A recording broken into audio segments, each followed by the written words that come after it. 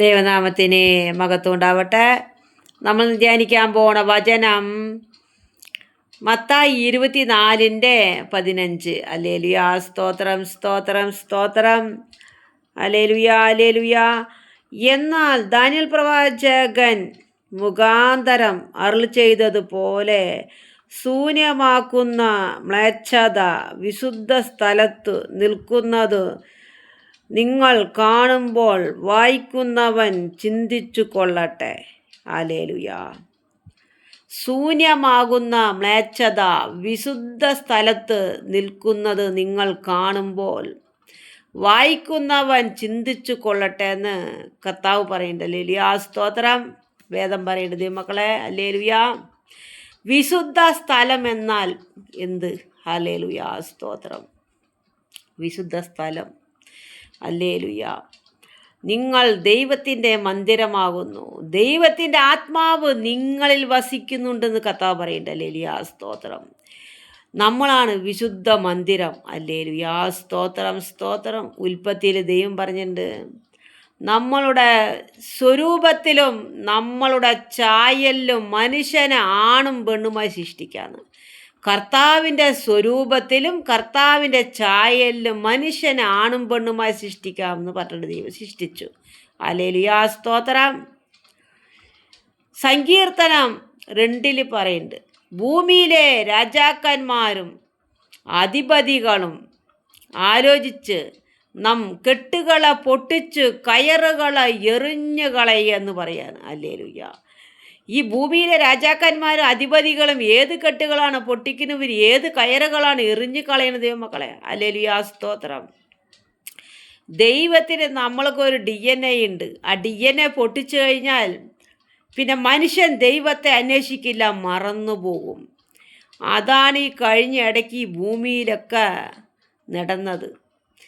ഇത് എത്ര പേര് മനസ്സിലാക്കുമെന്ന് എനിക്കറിയില്ല. ഹല്ലേലൂയ. കുറേ പേര് പോയി അതിന് നിന്നു കൊടുത്തു. ഹല്ലേലൂയ. മന്ദിരത്തെ പൊളിക്കുവാൻ. ഹല്ലേലൂയ.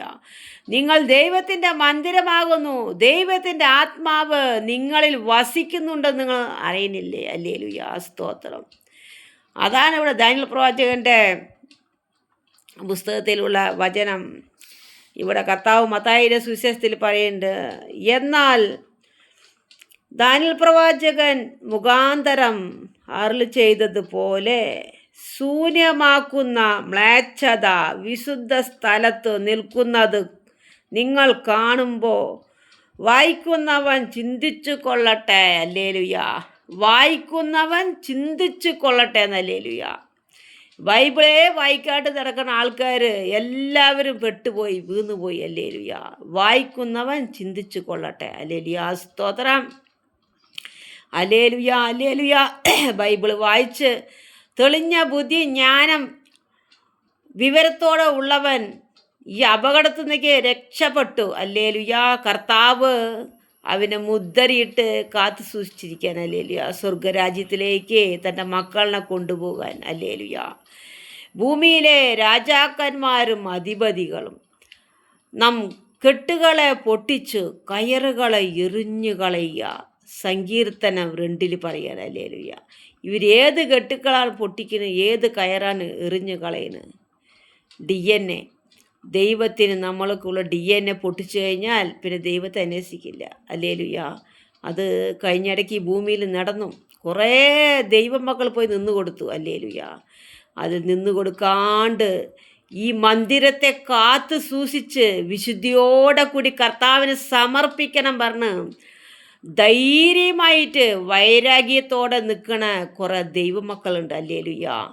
ഈ ശരീരത്തിനും നമ്മുടെ ഉള്ളിലിരിക്കുന്ന ഈ ആത്മാവിനും വിശുദ്ധിയോടെ കാത്തു സൂക്ഷിച്ച് എൻ്റെ കർത്താവിന് നാം സമർപ്പിക്കുന്നു പറഞ്ഞിട്ട് ധൈര്യമായിരിക്കുന്ന ദൈവമക്കൾ ഈ ഭൂമിയിലുണ്ട്. ഹല്ലേലൂയ, സ്തോത്രം. ഇതൊക്കെ നമ്മൾ വേദം പഠിച്ചാൽ തന്നെ നമുക്ക് മനസ്സിലാകുള്ളൂ ദൈവത്തിൻ്റെ ആത്മാവ് വെളിപ്പെടുത്തുന്ന ദൈവമക്കളെ. ഹല്ലേലൂയ, സ്തോത്രം. ഉൽപ്പത്തി തൊട്ട് വെളിപ്പാട് വരെ വേദങ്ങൾ പഠിക്കണം, ഹൃദയത്തിൽ ധ്യാനിക്കണം. കർത്താവ് നമ്മളെ ഉപദേശിച്ച് വഴി നടത്തും. ഹല്ലേലൂയ, സ്തോത്രം. കർത്താവ് വചനത്തിൽ നിഗൂഢതകളെല്ലാം കർത്താവ് നമ്മൾക്ക് വെളിപ്പെടുത്തി തരും ദൈവമക്കളെ. സ്തോത്രം. ഇന്ന് ഈ വചനം വായിപ്പാൻ കർത്താവ് നമ്മളെ സഹായിച്ച കൃപയ്ക്കായി സ്തോത്രം. ഹല്ലേലൂയ. ദൈവം നമ്മൾ അനുഗ്രഹിക്കട്ടെ എന്ന് പ്രാർത്ഥിക്കാൻ. ആമേൻ.